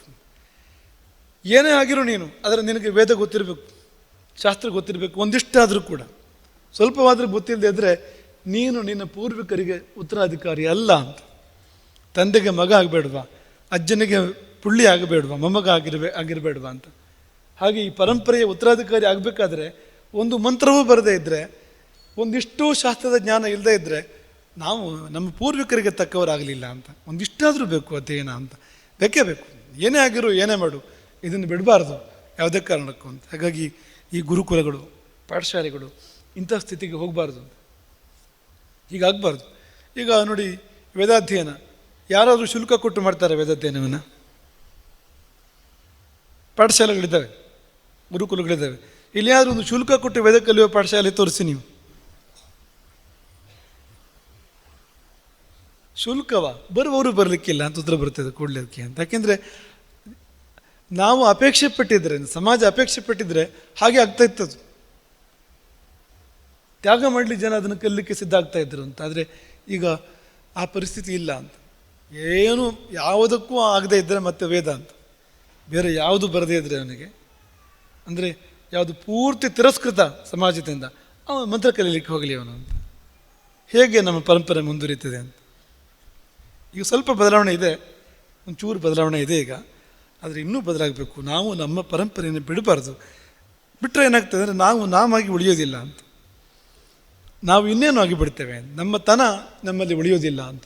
ಹಾಗಾಗಿ ಕಡ್ಡಾಯವಾಗಿ 7ನೇ ವಯಸ್ಸಿಗೆ ಉಪನಯನ ನೋಡಬಾರ್ದು, ಬೇರೆ ಏನನ್ನು ನೋಡಲಿಕ್ಕಿಲ್ಲ ಅಂತ. ಗರ್ಭಾಷ್ಟಮೇ ಅಷ್ಟಮೇವಾಬ್ದೆ ಅಂತ. ಗರ್ಭಗೂಡಿ 8 ವರ್ಷ, ಗರ್ಭದಲ್ಲಿದ್ದ 9 ತಿಂಗಳು ಸೇರಿಸಿ 8 ವರ್ಷ, ಅಥವಾ ಹುಟ್ಟಿ 8 ವರ್ಷ. ಮೊದಲನೇ ಆಯ್ಕೆ ಗರ್ಭಗೂಡಿ 8 ವರ್ಷ ಅಂತ, ಅಲ್ಲಿ ಉಪನಯನ ಆಗಬೇಕು. ಆಗಿ ಒಂದು ಕೊಂಚವಾದರೂ ಒಂದಿಷ್ಟಾದರೂ ಕೂಡ ವೇದಾಧ್ಯಯನ ಮಾಡಬೇಕು. ಪೂರ್ತಿ ಮಾಡಿದರೆ ತುಂಬ ಸಂತೋಷ. ಅವನು ಈ ಪರಂಪರೆಯನ್ನು ಮುಂದುವರಿಸ್ತಾನೆ, ಈ ದೇಶಕ್ಕೆ, ಈ ಪ್ರಪಂಚಕ್ಕೆ ಮುಂದೆ ಬೆಳಕಾಗ್ತಾನೆ ಅಂತ. ಹಾಗಾಗಿ ಅಂಥವರು ಸಮಾಜದಲ್ಲಿ ಹೆಚ್ಚು ಹೆಚ್ಚು ಜನ ಮುಂದೆ ಬರಲಿ. ಗುರುಕುಲ ಬೇಕು, ಗುರುಕುಲ ಸೇರ್ತಾನೆ ಎನ್ನುವಂಥವರು ಮುಂದೆ ಬರಲಿ. ಗುರುಕುಲಕ್ಕಾಗಿ ಅಲ್ಲ, ಮಠಕ್ಕಾಗಿ ಅಲ್ಲ, ಅದು ಸಮಾಜಕ್ಕಾಗಿ ಎಂಬುದನ್ನು ಈ ಸಮಯದಲ್ಲಿ ನಾವು ನೆನಪು ಮಾಡ್ಕೊಳ್ತೇವೆ. ಹಾಗೆ ಇನ್ನೊಂದು ತುಂಬ ನಮಗೆ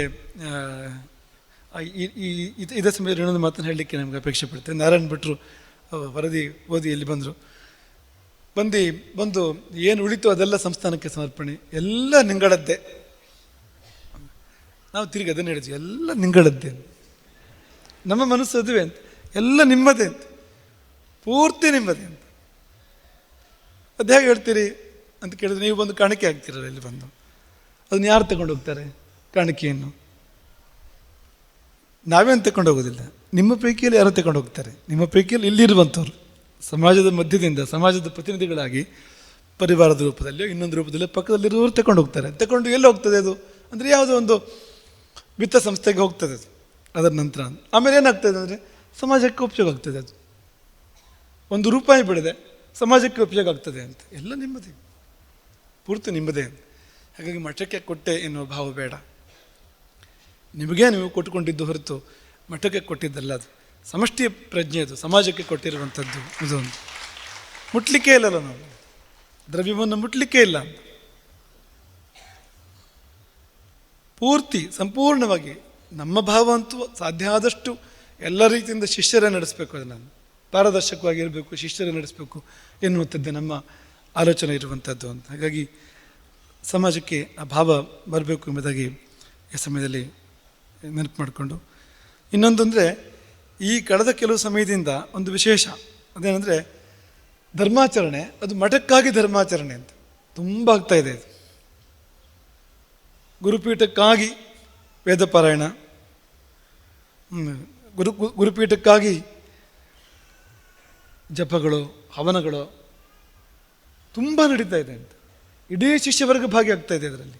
ವೈದಿಕರು ಯಾವ ಒಂದು ಪ್ರತಿಫಲವನ್ನು ಅಪೇಕ್ಷೆ ಪಡದೆ, ಏನನ್ನೂ ತಕ್ಕೊಳ್ಳದೆ ಬಂದು ಅದನ್ನು ಮಾಡ್ತಾ ಇದ್ದಾರೆ. ತುಂಬ ಸಂಖ್ಯೆಯಲ್ಲಿ ಅದನ್ನು ಮಾಡ್ತಾ ಇದ್ದಾರೆ ಬಂದು. ಲೌಕಿಕರು ಕೂಡ, ಗೃಹಸ್ಥರು ಕೂಡ ತುಂಬ ಮಾಡ್ತಾ ಇದ್ದಾರೆ. ಮೊನ್ನೆ ಈ ರವಿ ಗುರುನಾಮನ ಅಂತ ಇಲ್ಲಿ ನಡೀತಲ್ಲ, ನಮ್ಮ ಕರ್ನಾಟಕದ ಉಮಾಶಿವ ಕ್ಷೇತ್ರದಲ್ಲಿ ನಡೀತಲ್ಲ, ಎಷ್ಟು ಅದ್ಭುತವಾಗಿ ನಡೀತದ್ದು. ಯಾಕೆಂದರೆ ಎಲ್ಲ ನಿರೀಕ್ಷೆ ಮೀರಿ ಒಂದು ಕಲ್ಪನೆ ಮೀರಿ ನಡೆದಿರುವಂಥದ್ದು ಅಲ್ಲಿ ಅಂತ. 36,000 ಆದಿತ್ಯ ಹೃದಯ ಪಾರಾಯಣ ಒಂದು ದಿನ ಆಗಿರುವಂಥದ್ದು ಅಂದರೆ ಎಷ್ಟು ಅದ್ಭುತ ನೋಡಿ ಅಂತ. ತುಂಬ ಒಳ್ಳೆ ರೀತಿಯಲ್ಲಿ ಆಗ್ತಾಯಿದೆ. ದೇವಿಕಾ ಶಾಸ್ತ್ರಿ ಈಗ ಸ್ವಲ್ಪ ಮೊದಲು ಬಂದು ಕೇಳಿದ್ದು, ಈಗ ಹೇಳಿದ್ದೆಲ್ಲ ಮುಗಿದಿದೆ, ನಾವು ಇನ್ನೇನು ಮಾಡಬೇಕು ಅಂತ, ನಮಗೇನಾದ್ರು ಕೊಡಿ ಅಂತ. ಯಾವುದಾದ್ರು ಸ್ತೋತ್ರವನ್ನು, ಮಂತ್ರವನ್ನು, ಜಪವನ್ನು ಕೊಡಿ, ನಾವು ಮಾಡ್ತೇವೆ ಅಂತ. ಹೀಗೆ ಇರಲಿಲ್ಲ ಮೊದಲಿದು ಅಂತ. ಸಮಾಜ ಈ ರೀತಿ ಇರಲಿಲ್ಲ, ತುಂಬ ದೂರ ಇತ್ತು ಇದರಿಂದ ಎಲ್ಲ ಅಂತ. ಒಂದು ವೇಳೆ ಏನಾದ್ರು ಮಾಡೋದಾದ್ರೂ ಭಟ್ರು ಮಾಡುವಂಥದ್ದು ಹೊರತು ಅದನ್ನು ಮತ್ತು ಉಳಿದವರಿಗೆ ಅದು ಸಂಬಂಧವೇ ಇಲ್ಲ ಅಂತ. ಎಲ್ಲಿಯಾದರೂ ಅದು ನಡೀತಾ ಇದ್ರೂ ದೂರ ಇರ್ತಾರೆ, ಉಳಿದವರೆಲ್ಲ ಬೇರೆ ಹತ್ತಿರವೇ ಹೋಗೋದಿಲ್ಲ ಅನ್ನೋ ಹಾಗೆ ಇರ್ತಿತ್ತು ಅಂತ. ಆದರೆ ಈಗ ಎಷ್ಟು ಎರಡೂ ವಿಷಯವೂ ಸಂತೋಷ. ನಮ್ಮ ಮಠವನ್ನು ನಾವು ಉಳಿಸ್ಕೊಳ್ಬೇಕು ಅನ್ನೋ ಭಾವ ಎಷ್ಟು ಉತ್ತುಂಗವಾಗಿ ಜಾಗೃತವಾಗಿದೆ ಇವತ್ತು. ಏನು ತ್ಯಾಗ ಮಾಡಿ ಅದು ಸರಿ, ನಮ್ಮ ಮಠವನ್ನು ಉಳಿಸ್ಕೊಳ್ಬೇಕು ಎನ್ನುವಂಥ ಒಂದು ಭಾವ ಅದು ಗಾಢವಾಗಿ ನಮ್ಮ ಸಮಾಜದಲ್ಲಿ ಬೇರೂರಿರುವಂಥದ್ದು. ಅದು ಒಂದು ತುಂಬ ಸಂತೋಷವಾದರೆ, ಇನ್ನೊಂದು ಆ ನೆಪದಲ್ಲಿ ಧರ್ಮಾಚರಣೆ ಅಂತ. ಆ ಕಾರಣಕ್ಕೋಸ್ಕರವಾಗಿ ನಾವೆಲ್ಲ ಜಪ ಮಾಡ್ತಾ ಇರುವಂಥದ್ದು, ಪೂಜೆ ಮಾಡ್ತಾ ಇರುವಂಥದ್ದು, ಹೋಮ ಮಾಡ್ತಾ ಇರುವಂಥದ್ದು, ಇನ್ನೇನೋ ದಾನವೋ ಸೇವೆಯೋ ತ್ಯಾಗವೋ ಮಾಡ್ತಾ ಇರುವಂಥದ್ದು. ಈ ಧರ್ಮ ಪ್ರವೃತ್ತಿ ಸಮಾಜದಲ್ಲಿ ಬಂತು ನೋಡಿ, ತುಂಬ ಮುಖ್ಯ ಇದು ಅಂತ. ಧರ್ಮ ಪ್ರವೃತ್ತಿ ಬೇಕು, ಮಠದ ಸಾರ್ಥಕತೆ ಇದು, ಧರ್ಮ ಪ್ರವೃತ್ತಿ ಬರಬೇಕು ಅಂತ. ಈ ಕುಂತಿ ಹೇಳೋದುಂಟು, ವಿಪದಸ್ತಂತು ನಶ್ಯಶ್ವತು ಯಾಸು ಸಂಕೀರ್ತತೆ ಹರಿಹಿ ಅಂತ. ಕಷ್ಟ ಬರ್ತಾ ಇರಲಿ ಯಾವಾಗಲೂ, ಯಾಕೆಂದರೆ ಕೃಷ್ಣನ ನೆನಪಾಗ್ತದೆ ಅಂತ ಕಷ್ಟ ಬಂದಾಗ ಅಂತ ಕುಂತಿ ಹೇಳಿದಂತೆ. ಹಾಗೆ ಮಠಕ್ಕೆ ಸಂಕಷ್ಟಗಳು ಬಂದಿರ್ಬೋದು, ಆದರೆ ಅದೆಲ್ಲ ಕೆಟ್ಟದ್ದು ಅಂತಲೇ ಅಲ್ಲ ಅಂತ ನೋಡಿ. ಒಂದು ಒಳ್ಳೆಯದಾಯಿತು ಇದರಲ್ಲಿ ಅಂತ. ಇಷ್ಟು ಜನ ಒಳ್ಳೆ ಒಂದು ಜಪ ಮತ್ತೊಂದು ಇಂಥ ಧರ್ಮ ಕಾರ್ಯಕ್ಕೆ ಮನಸ್ಸು ಮಾಡುವಂತೆ ಆಯಿತು ನೋಡಿ. ನಮ್ಮ ದೃಷ್ಟಿಯಿಂದ ಬರೇ ಕೆಟ್ಟದ್ದು ಅಂತ ಯಾವುದು ಇಲ್ಲವೇ ಇಲ್ಲ, ಈ ಸೃಷ್ಟಿಯಲ್ಲೇ ಇಲ್ಲ, ದೇವರ ಸೃಷ್ಟಿ ಇದು ಅಂತ. ಬರೇ ಕೆಟ್ಟದ್ದು ಅಂತ ಯಾವುದು ಇರಲಿಕ್ಕಿಲ್ಲ ಅಂತ. ಎಲ್ಲವೂ ಒಂದು ಒಳ್ಳೆ ಕಾರಣಕ್ಕೋಸ್ಕರ ನಡೆಯುವಂಥದ್ದು, ಕೆಡುಕು ಯಾವುದೂ ಇಲ್ಲ ಅಂತ. ಎಲ್ಲವೂ ಒಳ್ಳೆ ಕಾರಣಕ್ಕೋಸ್ಕರ ನಡೆಯುವಂಥದ್ದು. ಇತ್ತೀಚೆಗೆ ಯಾರೋ ಶಿಷ್ಯರು ನಮ್ಮ ಬಳಿ ಬಂದಾಗ ಅವರ ದುಃಖ ತೋಡ್ಕೊಳ್ತಾ ಇದ್ರು. ಅದೇನೆಂದರೆ, ಮಠಕ್ಕೆ ಒಂದು ವೇಳೆ ಇಂಥ ಸಮಸ್ಯೆಗಳು ಬರದೇ ಇದ್ದಿದ್ರೆ ನಾವು ಎಲ್ಲಿರ್ತಿದ್ವಿ ಈಗ ಅಂತ. ನಾವು ಹೇಳಿದ್ವು, ಹಾಗ್ಯಾಕೆ ನೀನು ಯೋಚನೆ ಮಾಡ್ತೀಯ ಅಂತ. ಈ ಕಷ್ಟ ಅಂತರಂಗವನ್ನು ಹೇಗೆ ಪಕ್ವಗೊಳಿಸ್ತದೋ ಹಾಗೆ ಸುಖ ಅಂತರಂಗವನ್ನು ಪಕ್ವಗೊಳಿಸೋದಿಲ್ಲ. ಹೊರಗಿನ ವೈಭವ ಇನ್ನೇನು ಆಗುವ ಸಂದರ್ಭ ಇದ್ದಿರ್ಬೋದು, ಅದರ ಒಳಗಿನ ಪಕ್ವತೆ, ಕಷ್ಟ ಯಾವಾಗಲೂ ಅದು ಬೆಂಕಿ, ಇದು ಬಿಸಿ, ಇದು ಅದೇನು ಮಾಡ್ತದೆ ಅಂದರೆ ಈ ಅಕ್ಕಿ ಅಶನಾಗೋದು ಯಾವಾಗ, ಅನ್ನ ಉಣ್ಣುವಂತೆ ಆಗುವಂಥದ್ದು ಯಾವಾಗ ಅಂದರೆ ಶಾಖದ ಸಹವಾಸ ಬೇಕು, ಅದಕ್ಕೆ ಬಿಸಿ ಬೇಕು, ಅದಕ್ಕೆ ಆಗಲೇ ಅಕ್ಕಿಗೆ ಆ ಮೃದುತ್ವ ಬರುವಂಥದ್ದು, ಮಾಧುರ್ಯ ಬರುವಂಥದ್ದು ಅಂತ, ಪಕ್ವತೆ ಆಗಲೇ ಬರುವಂಥದ್ದು ಅಂತ. ನೋವೆಲ್ಲ ಜೀವಕ್ಕೆ ಪುಟೆ ಬಿಡುವ ಪಾಕ ಅಂತ. ಕಷ್ಟಗಳು ಕೆಟ್ಟದು ಅಂತ ನಮಗೆ ಯಾವತ್ತೂ ಅನಿಸಲಿಲ್ಲ. ಅದು ನಮ್ಮದಿರ್ಬೋದು ನಿಮ್ಮದಿರ್ಬೋದು ಅಂತ. ನಮಗೊಂದು ಸತ್ಸಂಕಲ್ಪ ಹೊಂದಿದ್ರೆ ಕಷ್ಟಗಳಲ್ಲೂ ಸಹಾಯ ಮಾಡ್ತೇವೆ. ಒಂದು ಸನ್ಯಾಸ ಪರಿಪೂರ್ಣ ಆಗಬೇಕಾದ್ರೆ, ಒಂದು ವೈರಾಗ್ಯದ ಮಾರ್ಗ ಪರಿಪೂರ್ಣ ಆಗಬೇಕಾದ್ರೆ ಬೆಂಕಿ ಮಧ್ಯೆ ಹೋಗಬೇಕು. ಅದು ಶಂಕರಾಚಾರ್ಯರು ಇರ್ಬೋದು ಅಥವಾ ಯಾರೇ ಮಹಾಪುರುಷರು ಇರ್ಬೋದು, ಅವರ ಜೀವನವನ್ನು ನೋಡಿ ಅಂತ. ಅಲ್ಲಿ ಬೆಂಕಿ ತುಂಬ ಇರ್ತದೆ ಅಂತ, ಅದೆಲ್ಲ ತಂಪಲ್ಲ.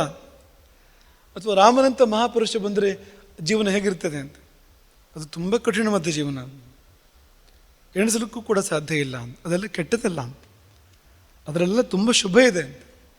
ಮತ್ತು ಶಿಷ್ಯರ ದೃಷ್ಟಿಯಿಂದ ಯೋಚನೆ ಮಾಡುವಾಗಲೂ ಕೂಡ ಹಾಗೆ ಈ ಪ್ರಕರಣಗಳು, ಈ ಸಮಸ್ಯೆಗಳು ಬರದೇ ಇದ್ದಿದ್ರೆ ಜಳ್ಳಿ ಯಾವುದು ಕಾಳಿ ಯಾವುದು ಅಂತ ಕೊನೆಗೂ ನಮಗೆ ಗೊತ್ತಾಗ್ತಿರ್ಲಿಲ್ಲ ಅಂತ. ಈ ಸಮಾಜದಲ್ಲಿ ಜಳ್ಳಿ ಯಾವುದು ಮತ್ತು ಕಾಳಿ ಯಾವುದು, ಯಾರು ನಿಜವಾಗಿ ಶಿಷ್ಯರು, ಯಾರು ತೋರಿಕೆ ಶಿಷ್ಯರು ಗೊತ್ತಾಗ್ತಿರ್ಲಿಲ್ಲ ಅಂತ. ಮತ್ತು ಶಿಷ್ಯರಿಗೆ ಈ ಒಂದು ಪಕ್ವತೆ, ಮಠದ ಬಗ್ಗೆ ಒಂದು ತೀವ್ರತೆ, ಯಾವ ತ್ಯಾಗವನ್ನು ಮಾಡುವಂಥ ಒಂದು ಸ್ಥಿತಿ ಇದೆಯಲ್ಲ, ಇದು ಇಲ್ದಿದ್ರೆ ಬರ್ತಿರ್ಲಿಲ್ಲ ಅಂತ. ನಾವು ಹಾಗೆ ತಮ್ಮ ಕಷ್ಟವನ್ನು ತೋಡಿಕೊಂಡ ಶಿಷ್ಯರಲ್ಲಿ ಮಠದ ಕುರಿತಾಗಿ ಇತ್ತೀಚೆಗೆ ನಾವು ಹೀಗೆ ಹೇಳಿದ್ವು, ನೋಡಪ್ಪ ಈಗ ರಾಮಾಯಣದಲ್ಲಿ ಒಂದು ಕೆಲಸ ಮಾಡು, ಈ ಕೈಕೇಯಿ 2 ವಾರ ಕೇಳಿದಲ್ಲ ಆ ಭಾಗ ತೆಗೆದು ಬಿಡು ಅನ್ಸುತ್ತೆ, ಏನಾಗ್ತದೆ ನೋಡುವ ಅಂತ. ಅಲ್ಲಿಂದ ತಾನೇ ರಾಮನ ಕಷ್ಟ ಎಲ್ಲ ಆರಂಭ ಆಗುವಂಥದ್ದು, ರಾಜ್ಯ ತಪ್ಪಿ ರಾಮ ಕಾಡಿಗೆ ಹೋಗುವಂಥದ್ದು. ಬದಲಾವಣೆ ಮಾಡಿಬಿಡುವ ರಾಮಾಯಣವನ್ನು. ಆ ಕೈಕೇಯಿಯ ವರಪ್ರಧಾನದ ಭಾಗ ಇಲ್ಲ ಅಂತ. ಏನಾಗ್ತಿತ್ತು ಅಂದರೆ ನಾವು ರಾಮನ ನೆನಪೇ ಮಾಡಿಕೊಡ್ತಿರ್ಲಿಲ್ಲ ಅವತ್ತು, ರಾಮಾಯಣವೇ ಇರ್ತಿರ್ಲಿಲ್ಲ. ರಾಮ ಕಾಡಿಗೆ ಹೋಗುವ ಪ್ರಮೇಯ ಇಲ್ಲದೆ ಇದ್ದರೆ ಅಷ್ಟು ರಾಕ್ಷಸರ ಸಂಹಾರ ಆಗ್ತಿರ್ಲಿಲ್ಲ, ರಾವಣ ಸಂಹಾರ ಆಗ್ತಿರ್ಲಿಲ್ಲ, ಆ ಚರಿತ್ರೆಗೆ ಅಂಥ ಸ್ವಾರಸ್ಯವೇ ಬರ್ತಿರ್ಲಿಲ್ಲ ಅಂತ. ರಾಮ ಒಬ್ಬ ಒಳ್ಳೆ ರಾಜ ಆಗಿ ಹೋಗ್ತಾ ಇದ್ದ ಅಷ್ಟೇ ಅಂತ, 10ರೊಟ್ಟಿಗೆ 11 ಹೊರತು ಇವತ್ತು ರಾಮನನ್ನು ರಾಮನಾಗಿ ನಾವು ಕ್ಷಣ ಕ್ಷಣ ನೆನೆಸ್ತೇವಲ್ಲ, ಅದು ಯಾವ ಕಾರಣಕ್ಕೆ ಅಂದರೆ ಅದು ಆ ಘಟನಾವಳಿಗಳು ಅಂತ, ಅದರ ಕಾರಣಕ್ಕೋಸ್ಕರವಾಗಿ ನೆನಪಿಟ್ಕೊಳ್ಬೇಕು ನಾವು ಅಂತ. ಹಾಗಾಗಿ ಎಂದೂ ನಮಗಾಗಲಿ ನಿಮಗಾಗಲಿ ಜೀವನದಲ್ಲಿ ಬರುವ ಕಷ್ಟಗಳನ್ನು ನೀವು ಅದೇನು ಕೆಟ್ಟದು ಎಂಬುದಾಗಿ ಸ್ವೀಕಾರ ಮಾಡಬೇಡಿ ಅಂತ. ಒಳ್ಳೆಯದಕ್ಕೋಸ್ಕರ ದೇವರು ಕೊಡುವಂಥದ್ದು. ಕಷ್ಟದಲ್ಲಿ ನೋವಿನಲ್ಲಿ ಪಾಪ ಕ್ಷಯಿಸುವಂಥದ್ದು, ಸುಖದಲ್ಲಿ ಪುಣ್ಯ ಕ್ಷಯಿಸುವಂಥದ್ದು. ಹಾಗಾಗಿ ಯಾವುದು ಕ್ಷಯಿಸಬೇಕು, ನಮಗೆ ಪಕ್ವತೆ ನಮಗೆ ಬರಬೇಕು ಬೇಡವಾ ಅಂತ, ದೃಢತೆ ಬರಬೇಕು ಬೇಡವಾ ಅಂತ. ಈಗ ಸ್ಥೂಣ ನಿಖನ ನ್ಯಾಯ ಅಂತ ನಾನು ನೆನಪು ಮಾಡ್ಕೊಳ್ತಾ ಇರ್ತೇನೆ. ಸ್ಥೂಣ ನಿಖನನ ನ್ಯಾಯ ಅಂತ. ಈ ಕಂಬ ಹುಯ್ಯುವಾಗ ಅದನ್ನು ಅಲ್ಲಾಡಿಸ್ಲಿಕ್ಕೆ ಉಂಟು ಅಂತ. ಅಲ್ಲಾಡಿಸೋದು ಕೀಳೋ ಸಲುವಾಗಿ ಅಲ್ಲ, ಗಟ್ಟಿ ಮಾಡುವ ಸಲುವಾಗಿ. ಹಾಗೆ ಇಡೀ ಸಮಾಜವನ್ನೇ ಅಲ್ಲಾಡಿಸಿದ್ರು ಕೂಡ ಸಮಾಜ ಗಟ್ಟಿಯಾಯಿತು ಹೊರತು ಅದು ಬಿಟ್ಟು ಹೋಗಲಿಲ್ಲ ಅಂತ. ನಾವು ಅದನ್ನು ಚೆನ್ನಾಗಿ ನೆನಪಿನಲ್ಲಿ ಇಟ್ಕೊಳ್ಬೇಕು ಅಂತ. ಹಾಗಾಗಿ ಇಂಥ ಅನೇಕ ಒಳ್ಳೆಯದು ನಡೀತದೆ ಅಂತ, ಕೆಟ್ಟದ್ದು ಅಂತ ನಮಗೆ ಅನಿಸಿದ್ರು ಕೂಡ ಅದರ ಫಲ ಎಷ್ಟೋ ಬಾರಿ ತುಂಬ ಒಳ್ಳೆಯದಿರ್ತದೆ ಅಂತ. ಅದನ್ನು ನಾವು ಮನಸ್ಸಿನಲ್ಲಿ ಚೆನ್ನಾಗಿ ಭಾವಿಸಬೇಕು ಎಂಬುದಾಗಿ ಈ ಸಮಯದಲ್ಲಿ ನಾವು ನೆನಪು ಮಾಡಿಕೊಂಡು, ಈ ಎಲ್ಲ ಶಿಷ್ಯರು ಭಕ್ತರು ಯಾರು ನಿತ್ಯ ಪ್ರಾರ್ಥನೆ ಮಾಡ್ತಾಯಿದ್ದೀರಿ, ನೀವು ಯಾರು ಜಪ ಮಾಡ್ತಾಯಿದ್ದೀರಿ, ಪಾರಾಯಣ ಮಾಡ್ತಾಯಿದ್ದೀರಿ, ಸ್ತೋತ್ರ ಮಾಡ್ತಾಯಿದ್ದೀರಿ, ಇನ್ನೇನೇನು ಧರ್ಮ ಕರ್ಮಗಳನ್ನು ಮಠಕ್ಕಾಗಿ ಮಾಡ್ತಾಯಿದ್ದೀರಿ,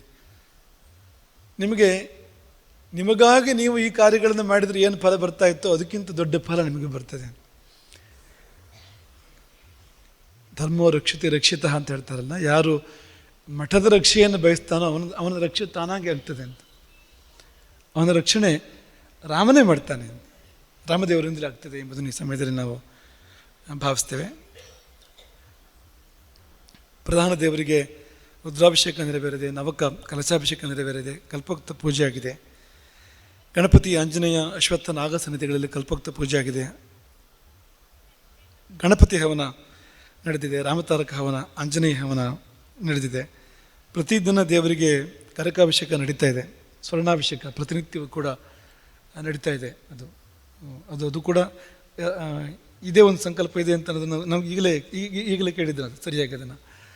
ಹಾಗಾಗಿ ಇದೆಲ್ಲ ನಡೀತಾ ಇದೆ. ಸ್ವರ್ಣದಿಂದ ಚಂದ್ರಮೌಳೀಶ್ವರನಿಗೆ ಅಭಿಷೇಕ ತುಂಬ ವಿಶೇಷ, ಅದು ಬಹಳ ವಿಶೇಷ ಅದು. ಹಾಗಾಗಿ ಅದು ಕೂಡ ಹೊಸ ಒಂದು ಉಪಕ್ರಮ, ಅದು ತುಂಬ ನಮಗೂ ಸಂತೋಷ ಇದೆ, ಅದಕ್ಕೆ ಅದಾಗ್ತಾ ಇದೆ ಅದು. ಹಾಗೆ ಆಂಜನೇಯ ದೇವರಿಗೆ ರಜತ ಕವಚಾವೃತವಾದ ರುದ್ರಾಕ್ಷ ಮಾಲೆ ಸಮರ್ಪಣೆಯಾಗಿದೆ. ನಮ್ಮ ಕುಳ್ಳಜ್ಜ ಸುಬ್ಬಣ್ಣ ಮಣಿಮಠವನ್ನು ಅದೆಷ್ಟೋ ವರ್ಷ ಮುನ್ನಡೆಸಿರ್ತಕ್ಕಂಥ ಒಬ್ಬ ಶ್ರೇಷ್ಠ ಶಿಷ್ಯ, ಭಕ್ತ, ಕಾರ್ಯಕರ್ತ, ಪದಾಧಿಕಾರಿ, ದೊಡ್ಡ ಗುರುಗಳ ಕಾಲದಿಂದ ನಡೆಸಿರ್ತಕ್ಕಂಥ ಕೈಂತಜೆ ಸುಬ್ಬಣ್ಣ, ಆ ಕುಟುಂಬದ ಸಮರ್ಪಣೆಯಾಗಿ ರುದ್ರಾಕ್ಷ ಮಾಲೆ. ಏನು ರುದ್ರಾಕ್ಷ ಈಶ್ವರನಿಗಲ್ವಾ, ಆಂಜನೇಯನಿಗೆ ಯಾಕೆ ಅಂತ ಕೇಳಿಬಿಡಿ, ಅದೇದು ಈಶ್ವರನೇ ಆಂಜನೇಯ, ಸಾಕ್ಷಾತ್ ಶಿವನೇ ಆಂಜನೇಯನಾಗಿ ಅವತಾರ ತಾಳಿದ್ವು ಎಂಬುದಾಗಿ ಶಿವಪುರಾಣ ಹೇಳ್ತದೆ, ಬಲ್ಲವರು ಅನೇಕರು ಹಾಗೆ ಹೇಳ್ತಾರೆ. ಹಾಗಾಗಿ ಅದು ಏನು ಭಕ್ತ ಪರಾಧೀನನಾಗಿ ಅವತಾರ ಮಾಡಿದ್ದು ಅಂತ. ನಂದಿಗೆ ರಾವಣ ಮಾಡುವಾಗ ಅವಮಾನ ಮಾಡಿದಂತೆ, ನಂದಿಗೆ ರಾವಣ ಕೋತಿ ಮುಖದವನು ಅಂತ ಅವಮಾನ ಮಾಡಿದ ಅಂತ. ಅದಕ್ಕೆ ನಂದಿ ಶಾಪ ಕೊಟ್ಟನಂತೆ, ಕೋತಿ ಮುಖದವರೇ ಬಂದು ನಿನ್ನ ನಗರವನ್ನು ಸರ್ವನಾಶ ಮಾಡಲಿ ಅಂತ ನಂದಿ ಶಾಪ ಕೊಟ್ಟನಂತೆ. ಸುಮ್ಮನೆ ಬೇಕಾಯ್ದಲ್ಲ ನೋಡಿ, ಇನ್ನೊಬ್ಬರನ್ನ ಅಪಹಾಸ್ಯ ಮಾಡೋದು ಅದು ಎಲ್ಲಿಗೆ ಹೋಗ್ತದೆ ನೋಡಿ ಅಂತ. ಅವನ ಊರು ಹೊತ್ತಿ ಉರಿಯಿತು ಅಂತ ಅಪಹಾಸ್ಯ ಮಾಡಿ ದೊಡ್ಡದಾಗ ನಕ್ಕನಂತೆ, ಕೋತಿ ಮುಖದವನು. ನಂದಿ ತುಂಬ ಚೆಂದ ಅಲ್ಲ, ಈಶ್ವರನ ಗಣಗಳೇ ಹಾಗೆ. ನಿನ್ನೆ ನಾವು ಹೇಳಿದ ಹಾಗೆ ಈಶ್ವರ ಅಂದರೆ ಬಾಹ್ಯ ಸೌಂದರ್ಯಕ್ಕೆ ಮಹತ್ವ ಇಲ್ಲ ಅಲ್ಲಿ. ಅವನು ಮೈಗೆಲ್ಲ ಬೂದಿ ಬಳ್ಕೊಂಡು ಸರ್ಪಗಳನ್ನು ಧಾರಣೆ ಮಾಡಿ ರುಂಡಮಾಲೆಯನ್ನು ಹಾಕಿಕೊಂಡು ಹಗಲೇ ಇರುವವನು. ಅಂದ ಮಾತ್ರಕ್ಕೆ ಅಮಂಗಲ ಅಲ್ಲ ಅವನು. ನಿನ್ನೆ ಹೇಳಿದ್ವಲ್ವ, ಶುದ್ಧ ಸ್ಫಟಿಕ ಸಂಕಾಶಂ ಅಂತ. ಹಾಗೆ ಇನ್ನೊಂದು ದೇವರ ಬಣ್ಣ ಇಲ್ಲ ಅಂತ. ಸ್ಫಟಿಕದ ಬಣ್ಣದ ದೇವರು ಯಾವುದು? ಶಿವ ಮಾತ್ರ ಅಂತ, ಬೇರೆ ದೇವರಿಲ್ಲ ಅಂತ. ಗಂಗೆ ನಿರಂತರವಾಗಿ ತಲೆ ಮೇಲಿಂದ ಬಿಡ್ತಾ ಇರುವಂಥ ದೇವರು ಯಾವುದು ಅಂತ, ಇನ್ನು ಪವಿತ್ರತೆ ಅಂತ ಬೇರೆ ಉಂಟಾ ಅಂತ. ಎಂಥ ದೇವರದು ಅಂತ, ಅತ್ಯಂತ ಪವಿತ್ರವಾಗಿರ್ತಕ್ಕಂಥದ್ದು ಅಂತ, ಅಂಥದ್ದದು ಅಂತ. ಪರಮ ಸಾತ್ವಿಕ ಮೂರ್ತಿ ಶಿವ ಅಂದರೆ. ಆದರೆ ಬಾಹ್ಯ ಸೌಂದರ್ಯಕ್ಕೆ ಮಹತ್ವ ಇಲ್ಲ, ಕಿರೀಟ ಅಲ್ಲ, ಜಡೆ ಶಿವನಿಗೆ, ಮೃಗಚರ್ಮ ಅವನು ಧಾರಣೆ ಮಾಡುವಂಥದ್ದು ಅಂಥದ್ದು ಅಂತ. ಬಾಹ್ಯ ಸೌಂದರ್ಯಕ್ಕೆ ಮಹತ್ವ ಇಲ್ಲ ಅಂತ. ಹಾಗಾಗಿ ಗಣಗಳೆಲ್ಲ ತುಂಬ ಚೆಂದ ಅಂತ ಅಲ್ಲ, ಆದರೆ ಅಂತರಂಗ ಸೌಂದರ್ಯ ತುಂಬ ಇರುವಂಥವ್ರು ಅವರೆಲ್ಲರೂ ಕೂಡ ಅಂತ. ಅದು ಅರ್ಥ ಮಾಡ್ಕೊಳ್ಳದೆ ರಾವಣ ಅಪಹಾಸ್ಯ ಮಾಡಿದ್ದಕ್ಕೆ ಶಾಪ ಕೊಟ್ಟಿದ್ದು. ಕೋತಿ ಮುಖದವರು ಕೋಟಿ ಮಂದಿ ಬಂದು ನಿನ್ನ ನಗರವನ್ನು ಮುತ್ತಿ ಧ್ವಂಸ ಮಾಡಲಿ, ಹೊತ್ತಿ ಉರಿಸಲಿ. ಅದು 2 ಬಾರಿ ಆಯಿತು, ರಾಮಾಯಣದಲ್ಲಿ 2 ಬಾರಿ ಉಲ್ಲೇಖ ಇದೆ, ಲಂಕೆ ಹೊತ್ತಿ ಉರಿಯಿತು ಅಂತ. ಹಾಗೆ ನಂದಿ ಶಾಪ ಕೊಟ್ಟಾಗ ಈಶ್ವರ ಅವನ ಮಾತನ್ನು ಸತ್ಯ ಮಾಡಬೇಕು ಅಂತ, ಶಿವ ತನ್ನ ಭಕ್ತನ ಮಾತನ್ನು ಸತ್ಯ ಮಾಡಬೇಕು ಅಂತ ತಾನೂ ಕೋತಿಯಾಗಿ ಹುಟ್ಟಿದ ಅಂತ. ಅದು ಆಂಜನೇಯ. ಹನುಮಂತನೇ ಹೊತ್ತಿ ಉರಿಸಿದ್ದು ಲಂಕೆಯನ್ನು, ರಾವಣನ ಗರ್ವ ಇಳಿಸಿದ್ದು ಮುಖ್ಯವಾಗಿ ಹನುಮಂತನೇ. ರಾಮನ ಭೇಟಿಯಾಗುವ ಮೊದಲೇ ರಾವಣನ ಗರ್ವಭಂಗ ಒಂದು ಮಟ್ಟಿಗೆ ಆಗುವಲ್ಲಿ ಹನುಮಂತನ ಪಾತ್ರ ಇರುವಂಥದ್ದು ಅಂತ. ಶಿವನೇ ಸಾಕ್ಷಾತ್ತಾಗಿ ಅದು ಎಂಬುದಾಗಿ ಬೆಲ್ಲವರು ಹೇಳ್ತಾರೆ. ಹಾಗಾಗಿ ಜಯಘೋಷ ಮಾಡುವಾಗ ಮಹಾರುದ್ರ ಹನುಮಾನಕಿ ಎಂಬುದಾಗಿ ಘೋಷಣೆ ಮಾಡ್ತಾರೆ. ಯಾಕೆಂದರೆ ಮಹಾರುದ್ರನೇ ಹನುಮಂತನಾಗಿ ಅವತರಿಸಿದ್ದು ಎಂಬ ಕಾರಣಕ್ಕೆ ಅಂತ. ಅದರ ನೆನಪಿಗೂ ಎಂಬಂತೆ ಒಂದು ರುದ್ರಾಕ್ಷ ಮಾಲೆ ರಜತ ವಿಭೂಷಿತವಾಗಿರುವಂಥದ್ದು. ಬೆಳ್ಳಿ ಬೆಟ್ಟದ ಬಡಿಯನಿಗೆ ಬೆಳ್ಳಿಯ ಕವಚ ಇರತಕ್ಕಂಥ ಒಂದು ರುದ್ರಾಕ್ಷದ ಮಾಲೆ ಅವನ ಅವತಾರ ಹನುಮಂತನಿಗೆ ಇವತ್ತು ಸಮರ್ಪಣೆಯಾಗಿದೆ. ಇದೆಲ್ಲ ಪುಣ್ಯ ಕಾರ್ಯಗಳು ನಡೆದಿವೆ, ಇನ್ನಷ್ಟು ನಡೀಲಿಕ್ಕಿದ್ದಾವೆ. ನೀವೆಲ್ಲ ಭಾಗವಹಿಸಿ ಪುನೀತರಾಗಿದ್ದೀರಿ, ಧನ್ಯರಾಗಿದ್ದೀರಿ. ನಿಮಗೆಲ್ಲರಿಗೂ ಒಳಿತಾಗಲಿ ಅಂತ. ನಿಮ್ಮ ಜೀವನ ಎಂದು ದಾರಿ ತಪ್ಪದೇ ಇರಲಿ. ತುಂಬ ಮುಖ್ಯವಾಗಿ ಮಾಡಬೇಕಾದ ಆಶೀರ್ವಾದ, ನೀವು ತಪ್ಪು ನಿರ್ಧಾರಗಳನ್ನು ಮಾಡುವಂತೆ ಆಗದೇ ಇರಲಿ. ಕೆಟ್ಟ ಕೆಲಸಕ್ಕೆ ನೀವು ಮನಸ್ಸು ಮಾಡುವಂತೆ ಎಂದೂ ಆಗದೇ ಇರಲಿ. ಯಾವ ಹೆಜ್ಜೆ ಇಟ್ಟರೆ ನಾವು ದೇವರಿಂದ ದೂರ ಹೋಗ್ತೇವೋ ಅಂಥ ಹೆಜ್ಜೆ ನೀವು ಇಡದಂತೆ ಆಗಲಿ ಅಂತ. ನೀವಿಟ್ಟ ಪ್ರತಿಯೊಂದು ಹೆಜ್ಜೆ ದೇವರ ಕಡೆಗಿರಲಿ ಅಂತ, ಭಗವಂತನ ಕಡೆಗಿರಲಿ. ಅದಕ್ಕೆ ಧರ್ಮ ಅಂತ ಹೆಸರು ಅಂತ. ಅಂಥ ಹೆಜ್ಜೆಯನ್ನು ನೀವೆಲ್ಲ ಇಡುವಂತೆ ಆದರೆ ಆ ಗುರುವಿಗೆ ಅದಕ್ಕಿಂತ ಸಂತೋಷದ ವಿಷಯ ಬೇರೆ ಏನೂ ಇಲ್ಲ ಅಂತ. ಹಾಗಾಗಿ ಮಠವನ್ನು ತೆಕ್ಕೊಂಡು ಹೋಗಿ ಮನೆಗೆ, ಧರ್ಮವನ್ನು ತೆಕ್ಕೊಂಡು ಹೋಗಿ ಮನೆಗೆ. ಮನೆಯಲ್ಲಿಯೂ ಧರ್ಮ ಬೇಕು, ಮಠಕ್ಕೆ ಸೀಮಿತ ಅಲ್ಲ ಅದು. ಮನೆಯಲ್ಲಿ ನೀವು ಏಳುವಲ್ಲಿಂದ ಮಲಗುವಲ್ಲಿಂದ ಏಳುವಲ್ಲಿವರೆಗೆ ನೀವು ಧರ್ಮವನ್ನು ಬಿಟ್ಟು ಇರಬಾರ್ದು.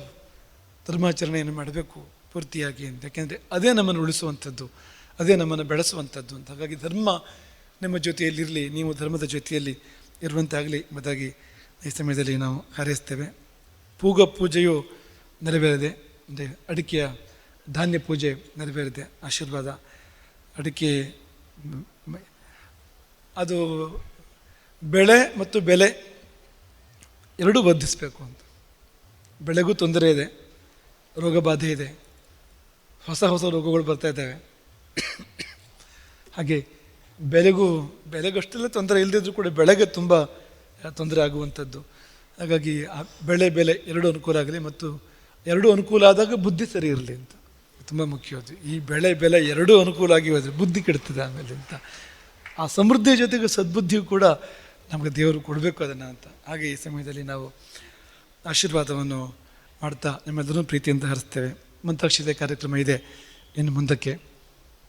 ನೀವೆಲ್ಲ ಅದಕ್ಕಾಗಿ ಕಾಯ್ತಾ ಇದ್ದೀರಿ ಅಂತ ನಮಗೆ ಚೆನ್ನಾಗಿ ಗೊತ್ತು. ನಮ್ಮ ಮಠದಲ್ಲಿ ಊಟಕ್ಕಿಂತ ಹೆಚ್ಚು ಮಂತ್ರಾಕ್ಷತೆ ಪ್ರೀತಿ ಜನರಿಗೆ ಇರುವಂಥದ್ದು. ಅಷ್ಟೂ ಮಂತ್ರಾಕ್ಷತೆಯನ್ನು ಒಂದು ಅಪೇಕ್ಷೆ ಪಡುವಂಥ ಒಂದು ಮಠ ಯಾವ್ದಾದ್ರು ಇದ್ದರೆ ನಮ್ಮ ಮಠ ಮಾತ್ರ ಅಂತ. ಬೇರೆ ಕಡೆ